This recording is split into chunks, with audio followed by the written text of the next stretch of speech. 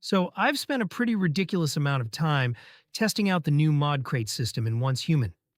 I've tracked over 15,000 loot collections at this point, and I think I've got a pretty good idea of how you can actually make your mod farming a lot more efficient. The biggest thing I figured out is that you don't really want to be counting the number of crates you're getting.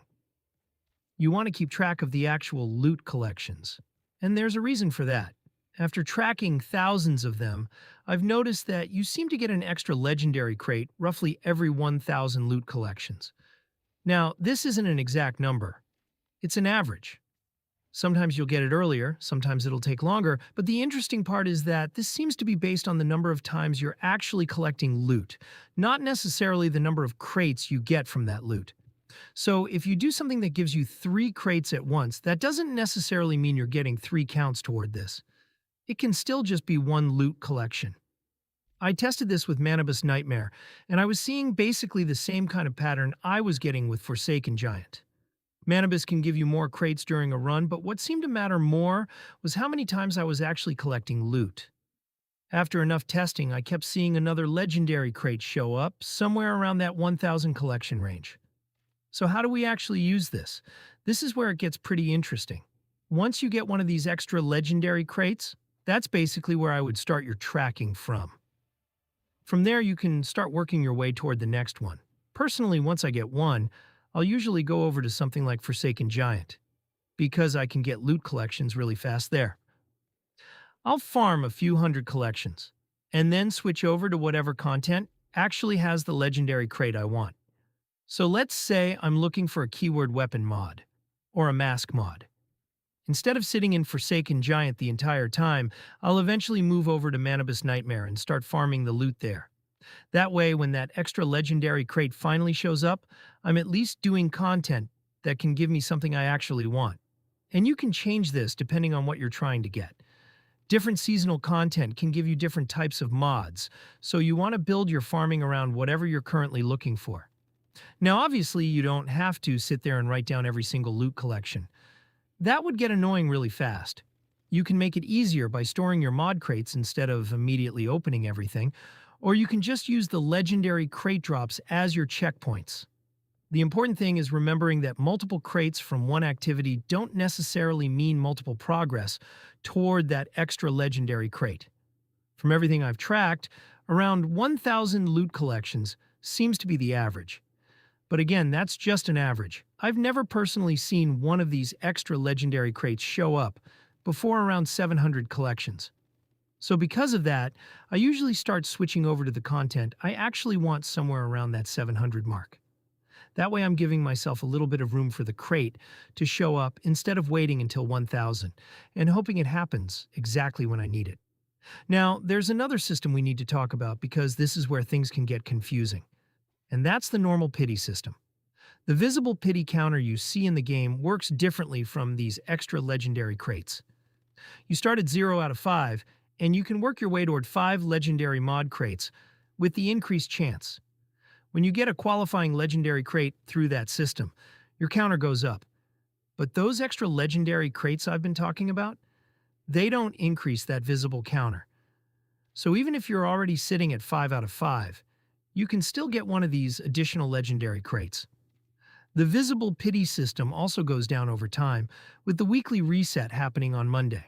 And another thing you need to pay attention to is what type of legendary crate the content actually gives you. For example, Forsaken Giant gives you a non-keyword legendary selection crate. So if you're looking for something specific, you don't want to just run whatever happens to be the fastest. You want to make sure you're running content that can actually give you the type of crate you're after. The visible pity system also works a little differently. Your chance starts really low, and as you keep collecting qualifying loot without getting the crate, your chance increases. And it isn't just a flat percentage increase every single time. The increase is based on your current chance. So for example, if you're sitting at a 2% chance and don't get the crate, it could increase to around 2.2%. Eventually, that makes the normal pity system much more reliable than just waiting around for one of these extra legendary drops. Because of that, whenever your weekly pity crate is available, I'd recommend using it on content that can give you the mods you actually need. If you're looking for keyword weapon or mask mods. For example, Manibus Nightmare is one option. There are also high-risk events that can be useful depending on what you're trying to farm. Based on the numbers I've been getting, it seems to take around 110 loot collections, on average, to get a legendary crate through the normal pity system. And that's obviously way more reliable than waiting for an extra legendary crate that can take around 1,000 collections. But here's another thing that's pretty interesting. You can actually get one of those extra legendary crates even when your visible pity counter isn't full. I've had this happen while running Manibus Nightmare, where I ended up getting multiple legendary crates within a pretty small number of runs. So if you understand how both systems work, you can really start making your mod farming a lot more efficient. And honestly, the biggest thing I would recommend is to stop farming random content. Figure out what your weakest mods are and start farming specifically for those. Let's say your boots are what's holding your build back. Instead of just grinding whatever content you normally run, figure out what can actually give you the mod you need for that slot and farm that. Once you get that mod upgraded, move on to the next weakest part of your build. Because wasting a legendary crate on some random mod you're never going to use feels absolutely terrible. I've done it. You finally get the legendary crate you've been waiting for, open it up and get something that doesn't even help your build, so don't do that. If you're not sure what activities drop, what legendary crates, check the Dungeon Challenge reward information. The game actually tells you what types of rewards you can get from different activities. And if you're still not sure, ask other once-human players. Once you start doing this, you can make much more consistent progress toward getting all of your important mods up to level 17 instead of just endlessly grinding and hoping something useful drops. Now, let's talk about shiny mods. Personally, I'd leave these for later. Yeah, getting a shiny level 17 mod is awesome. But if you don't even have all of the important mods for your build at level 17 yet, I wouldn't waste your time chasing shiny versions. The advantage just isn't big enough for me to prioritize that over finishing the actual build. Right now, shiny versions are available for weapons, and I'm sure we'll see more as the game adds more content. So get your core build finished first, then start worrying about the shiny stuff. Now we have to talk about the mod shop. The mod shop uses mod dust, which you can get from activities that give you mods. You can also get more mod dust through some of the exchange options. And Forsaken Giant is one of the better places to farm it, especially because you're already getting a ton of mod crates while you're there. So what should you actually spend your mod dust on? Personally, my first choice would be the mod selection crates. These are really useful because you're actually able to target the mods you want instead of completely relying on RNG. You can only buy a certain number each week, so make sure you're checking the shop and using those purchases before the weekly reset. After that, I'd look at resonance mod crates if your build actually uses them. Some of the meta weapon builds can get a lot of value out of these. Keyword suffix crates are another really good option if you're looking for specific bonuses.